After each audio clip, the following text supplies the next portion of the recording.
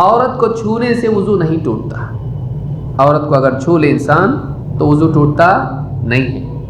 یعنی بیوی کو چھوتا ہے آدمی وضو نہیں ٹوٹے گا, اور پرائی عورت کو چھو لے تو بھی وضو نہیں ٹوٹے گا, لیکن پرائی عورت کو چھونا جائز نہیں ہے.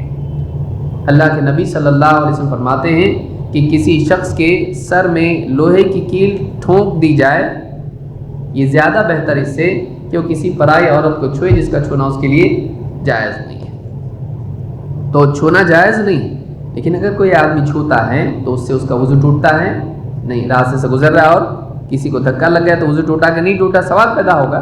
اس کا وضو ٹوٹا نہیں. کیوں نہیں ٹوٹا؟ اولا تو یہ کہ کسی بھی چیز سے وضو ٹوٹنے کے لیے اس کی دلیل ہونا چاہیے. اگر ورنہ ایسا ہوا تو کوئی آدمی کہے گا چھینکنے سے وضو ٹوٹ جاتا ہے, رونے سے وضو ٹوٹ جاتا ہے, کھانسنے سے وضو ٹوٹ جاتا ہے, ناک میں سے پانی نکلے تو وضو ٹوٹ جاتا ہے. تو ایسا اگر کرنا شروع کر دیں تو کوئی آدمی اپنی طرف سے کہنا شروع کر دے گا کہ فلاں چیز سے وضو ٹوٹتا ہے.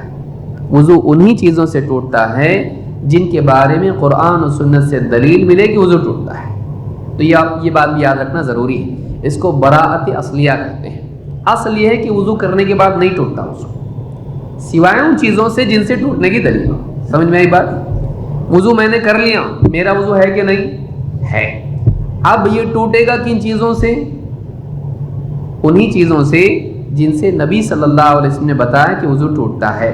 کسی اور کے بولنے سے وضو ٹوٹے گا نہیں. عائشہ رضی اللہ تعالیٰ عنہ فرماتی ہیں کنت انام بین یدی رسول اللہ صلی اللہ علیہ وسلم ورجلای فی قبلتہ, میں اللہ کے نبی صلی اللہ علیہ وسلم کے سامنے لیٹی رہتی تھی اور میرے پاؤں آپ کے قبلے کے سامنے ہوتے تھے. جہاں نماز پڑھنا ہے, نبی صلی اللہ علیہ وسلم کو سجدہ کرنا ہے, تو آپ نماز پڑھ رہے ہیں, سامنے میرے پاؤں ہوتے تھے. رجلایا قدم فاذا سجد غمزنی فقبضت رجلی فاذا قام بسطتهما. فرماتی ہیں کہ جب آپ سجدہ کرتے تو میرے پاؤں کو اس طرح سے کر لیتے تھے. غمزنی اس طرح سے پنچ کرنا جس کو ہم کہتے ہیں. تو آپ اس طرح سے میرے پاؤں پہ پنچ کرتے تھے, میں اپنے پاؤں سمیٹ لیتی تھی, اور پھر جب آپ کھڑے ہو جاتے سجدہ کر کے تو پھر واپس میں اپنے پاؤں پھیلا لیتی تھی. کیوں؟ گھر بہت چھوٹا تھا. گھر اتنا چھوٹا تھا کہ اللہ کے نبی صلی اللہ علیہ وسلم نماز پڑھتے تھے. حضرت عائشہ سامنے ایک روایت میں فرماتی ہیں جیسے جنازہ رکھا ہوتا ہے میں آپ کے سامنے لیٹی رہتی تھی. آپ کو سجدے کے لیے جگہ نہیں تھی.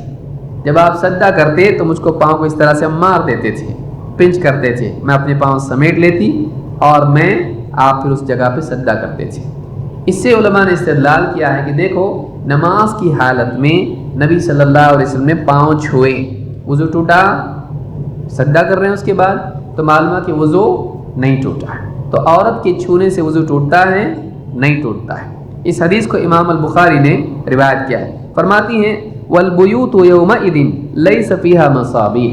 اسی حدیث میں فرماتی ہیں کہ وہ دور ایسا تھا کہ گھروں میں اس زمانے میں چراغ نہیں ہوا کرتے تھے. تو یعنی مجھ کو معلوم ہوتا کہ آپ نے میرے پاؤں پہ مارا ہے تو میں اپنے پاؤں سکیڑ لیتی تھی. اس سے ایک مسئلہ اور معلوم ہوتا ہے کہ اگر کسی نمازی کے سامنے کوئی بیٹھا ہوا ہو اور وہ کھسک کے نکل جائے تو نماز نہیں ٹوٹتی ہے, نہ وہ گناہگار ہوتا ہے. کیوں؟ اس لیے کہ عائشہ رضی اللہ تعالیٰ کے پاؤں آپ کے سامنے ہوا کرتے تھے اور وہ کیا کر لیتی تھی, اپنے پاؤں سمیٹ لیتی تھی.